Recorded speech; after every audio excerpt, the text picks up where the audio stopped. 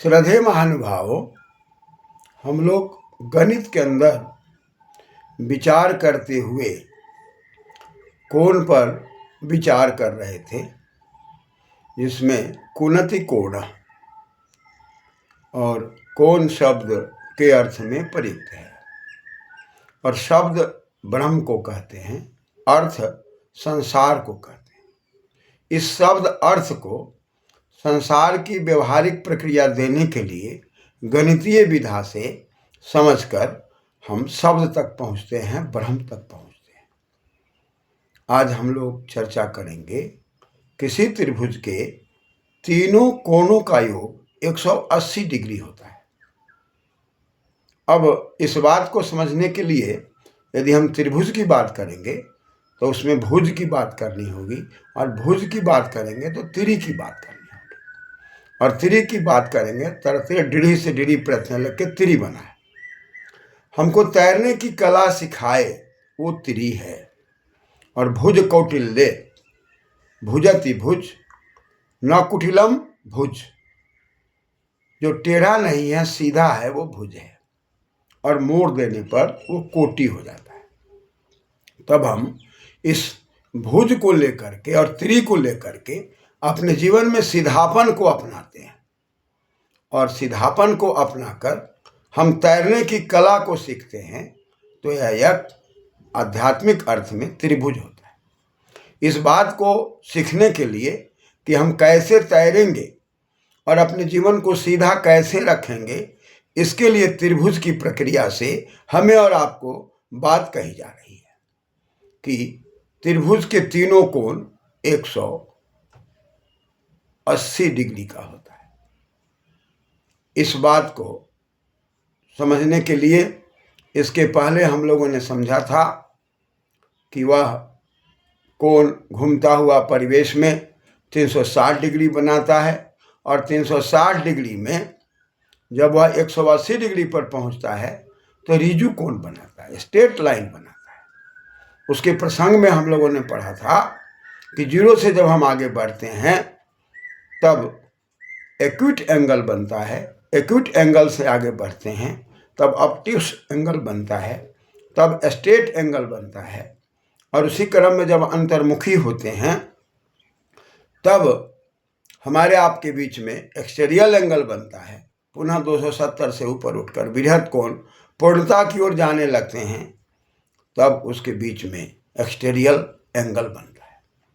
इस कोण को हम समझते हुए बात किए थे कि हम न्यूनता से अधिकता की ओर बढ़ते हैं, अधिकता से हम सब अंतः में जाते हैं, और अंतः में जाने के बाद पुनः हम लोग बहिष्ठ की दृष्टि को अपनाते हैं। तब संसार में चलना, सोचना, समझना बड़ा सरल, आसान हो जाता है। इसी प्रक्रिया के क्रम में आज बात आ रही है कि 3 भुज है और 3 भुजा को मिला दिया गया है। और जैसा कि हम लोग जानते हैं बिंदति बिंदु, और उस बिंदु पर 2 भुजाओं को मिलाने के बाद कोण बना, और इसी प्रकार से तीनों भुजाओं को मिलाने के बाद कोण की व्यवस्था दिखाई पड़ती है। अब ये कोण बनने के बाद यदि हम 60-60-60 की बात करते हैं तो 180 डिग्री की बात आती है। तो कहा कि ये त्रिभुज जब तीनों कोण मिल गए, तीनों भुजाओं को मिला दी गई बात, त्रिभुज हो गई बात। जब सीधी और तैरने की बात चली और उसको मिला दी गई बात, तो वह त्रिभुज तो बनाने की बात आई। और त्रिभुज बनाने की जब बात आई तब वह कहा कि भाई ये 180 डिग्री के बराबर है, जिसको रिजु कोण हम कह रहे हैं, स्ट्रेट लाइन कह रहे हैं। तो स्ट्रेट लाइन से हम इसका मिलान करने की बात करते हैं। तो हम सब जानते हैं कि स्ट्रेट लाइन को यदि हम लेते हैं तो सबसे पहले त्रिभुज का नामकरण करते हैं ABC, और A को दोनों तरफ यदि बढ़ा देते हैं तब वह रेखा का निर्माण करता है, और उसी में 2 बिंदु ले लेते हैं तो वह रेखाखंड बन जाता है, क्योंकि 2 बिंदुओं के बीच की दूरी की लंबाई रेखाखंड है। तो यदि हम A को दाहिने तरफ भी बढ़ाते हैं और बायां तरफ भी बढ़ाते हैं,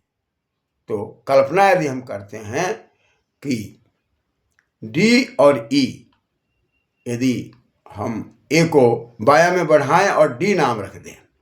और A को दाहिने में बढ़ाएं और ई नाम रखते हैं तो DAE एक रेखा का निर्माण हो रहा है। और उस रेखा पर निर्माण जब हो रहा है तो त्रिभुज के जो 3 भुजाएं हैं, उन 3 भुजाओं में यदि हम AB का नामकरण करते हैं तब वहाँ से शुरू होता है DAB, तब यहाँ भी एक कोण की व्यवस्था दिखाई पड़ती है। और DAB को देखते हैं और फिर हम ABC को देखते हैं तो एक रेखा का अंतर है, एक भुजा का अंतर है, एक अंतर एकांतर, तब वहाँ पर एकांतर कोण है। और एकांतर कोण के बारे में हम जानते हैं कि एक रेखा का अंतर हो तो बराबर होता है। ठीक उसी प्रकार से हम A को जब दाहिने तरफ बढ़ाए तो वह D की ओर, और पुनः D से दाहिने में गया तो E की ओर, और बायां में गया तो D की ओर, तो वह A से D और D से फिर A और A से फिर E, इस प्रकार की प्रक्रिया जो दिखाई पड़ती है उसके अंदर हम जब EAC को देखते हैं तो वह कोण जो बन रहा है, वहाँ जो शब्द की व्युत्पत्ति हो रही है वह पुनः एकांतर कोण ACB के बराबर है। अतः दोनों एकांतर कोण बराबर दिखाई पड़ता है और A के बराबर है। अतः यहाँ पर यदि हम रेखा का मिलान करते हैं और हम जानते हैं कि स्ट्रेट लाइन जो है, जो ऋजु कोण जिसको हम कह रहे हैं, वह 180 डिग्री के बराबर है। अतः DAE एक स्ट्रेट लाइन है, सीधी रेखा है, ऋजु कोण बना रहा। तो ये ऋजु कोण होने के कारण इसको हम 180 डिग्री यदि कहते हैं तो स्पष्ट हो जा रहा है कि वहाँ पर जो कोण बन रहे हैं, एक कोण की बात जब आ रही है तो DAB और दूसरा कोण EAC और तीसरा A, तीनों का योग 180 डिग्री के बराबर है। तो यदि हम उस कोणों को ऐसे ले लें, A से बायां में एक कोण बना गया और दाहिने में एक कोण बनाया गया, तो जब दाहिने में कोण बनाया गया तो वह कोण 2 हो गया और A को हम 3 मान लें तो 1 जोड़ 2 जोड़ 3 या 1 3 2, ये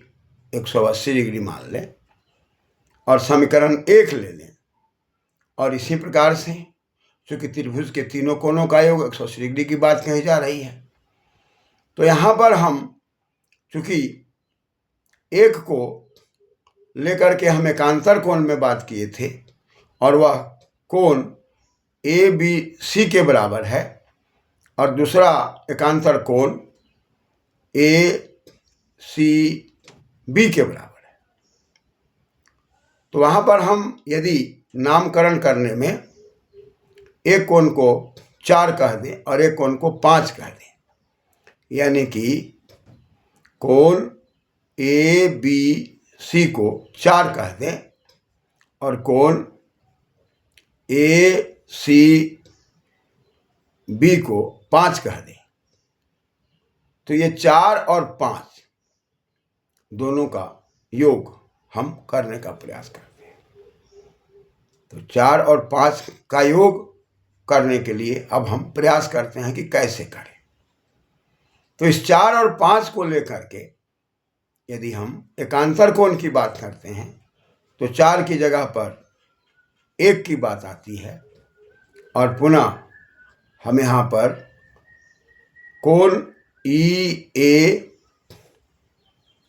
लेते हैं तो वह कोण 2 के बराबर है और वह 2 5 के बराबर है। इस प्रकार से हम कोण 1 के लिए 4 का प्रयोग करते हैं और कोण 2 के लिए 5 का प्रयोग करते हैं और बीच में 3 है, तो उसकी जगह पर रख देने पर